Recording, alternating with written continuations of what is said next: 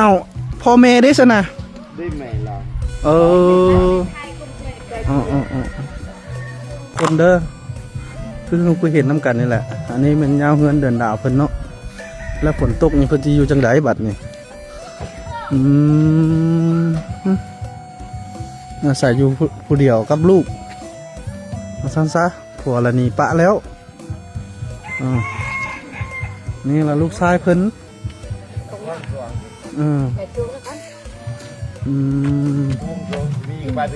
บ้านจะรู้เด้อพี่น้องเด้อตาบ้านจะรู้กลางที่มีเร็วที่มีอยู่ผู้เดียวย่อไหลลำปลายตายก็ได้ละเจ๊ได้ก็ได้เลยไหลก็จะลุกเลยฮะคนใดก็สรุแล้วพี่น้องเอ้ยลุกแล้วคนใดก็เพแล้วขึ้นบ่ได้แล้วบัดนี้น่ะ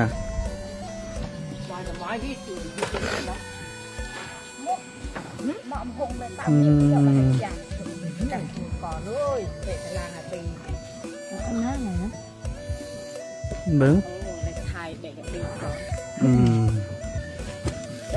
มันกับบ่มีอย่างเนาะมันอยู่บนกินพื้นต่อไฟก็ดูสิละนี่เจ๋งเลยลูก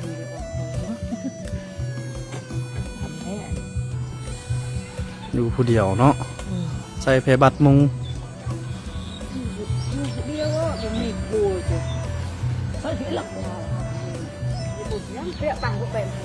ฝนตกมาเราจะอยู่จังใดเนาะพี่น้องเนาะเบิ่งช่วยกันนี่ฮะได้ลงมาพื้นฐานตัวจริงลงมาฮอดบ้านจะลูกสภาพการเงินกระขาดมาแล้วอยู่คนเดียวอ้าวพ่อแม่ได้สนะได้แม่เรา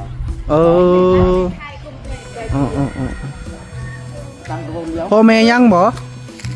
พ่อแม่ยังหมดบ่ยังแม่พ่อน้าพ่อนะแล้วก็บ่ได้กลับเมื่ออยู่เพื่อนน้ำเพิ่นเนาะกลับก็คือว่าอยู่บ่ได้แล้วอยู่ลูกพ่อน้ากันหลายอยู่แม่ลูกเขาเจ้าก็หลายเนาะตัวนั้นเดี๋ยวนี้นะได้แม่แล้วเด้อหั่นแล้วก็ต้องได้มาอาศัยอยู่คนเดียวเนาะอยู่เพื่อนแม่กับแม่ว่าลูกหลายลูกพ่อหน้าหลายแม่กับพ่อแม่แหละก็ได้ก็บ่อยากมันหลายคนก็คือว่าหั่นแหละเนาะพี่น้องเนาะคือฮู้นำกันหั่นแหละหั่นอยู่หลายคนมันก็ยังยากหน่อยนึงเพิ่นละมาอาศัยอยู่นี่คนเดียว